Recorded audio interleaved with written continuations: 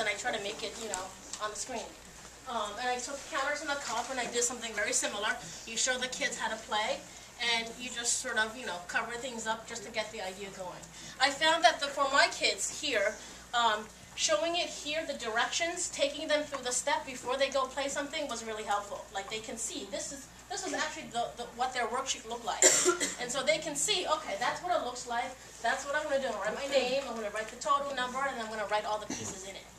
So it's much easier than having Amy has to play love and paper with 23 faces looking at you.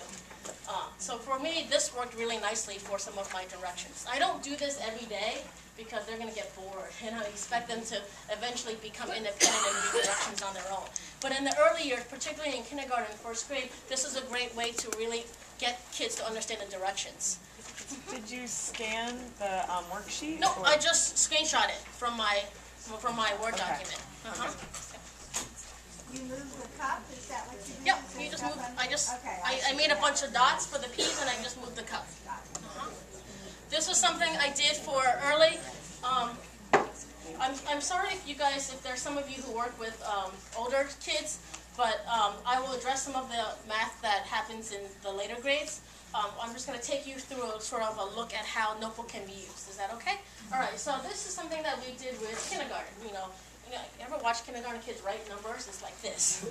They'll write a 3, and it's very funny. So we had to try to teach them what's the appropriate way to write numbers. So we do something like this, and then we use a little red dot. I'm really sorry. If you don't mind, I'm going to do this for a sec.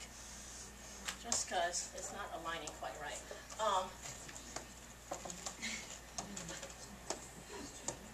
Okay, there you go. We use a little red dot. Please work. There you go. We use a little red dot that shows kids where to start. I'm really sorry. And we use this to sort of talk about, when you write a 6 or a 7 or an 8, where do you start?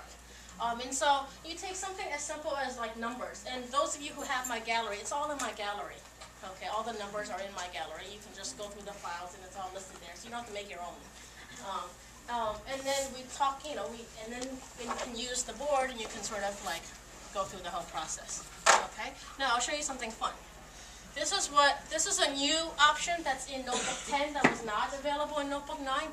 It's called page recording. Okay.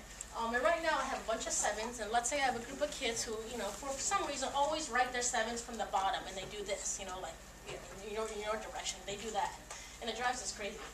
So we want to talk about how do you sort of think about the right way to write a 7. So I actually did it beforehand, and so I recorded what I did, and I used the record function. So watch.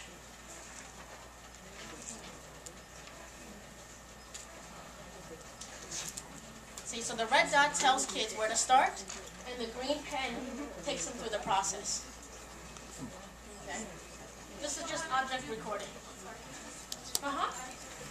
Sure. So the object recording is it's a new function in Notebook 10. It was not existent in Notebook 9. So when it came out in Notebook 10, I was really excited. I'm like, oh wow, this is really cool. And it's in the tabs here. So the first tab tells you all your slides and pages. The second tab is your gallery, like what you have, all your goodies, your storage. The third tab is for attachments, if you want to attach any kind of documents to show. And the last tab is the properties tab. Okay, and in the properties tab, you have different things. So if you're clicking on an object, see if you're not clicking on anything, it only has sort of 2 options: the fill and sort of the page recording piece. And so if you click on page recording, this is now going to come up. Okay? And with this, what you're going to do is, do you want me to take you through one? Yes. You guys are fun. Okay, so in the page recording, and I actually had to do this many times because I wasn't quick enough yesterday. You record, and you see how that comes up now? So now I'm going to use blue so you can see. Now I can do this. Okay, and then I stop. And then now this play button is up on the bottom. Do you see that? It's a rectangle with like a rewind, a pause, a play, and a stop, sort of, the symbols. And you hit play, and then out comes up. Okay? So if you want to think, this is what we did for kindergarten. So if you want to think about 3rd graders, 4th graders, and 5th graders, kids can actually work out problems on their own on a smartphone.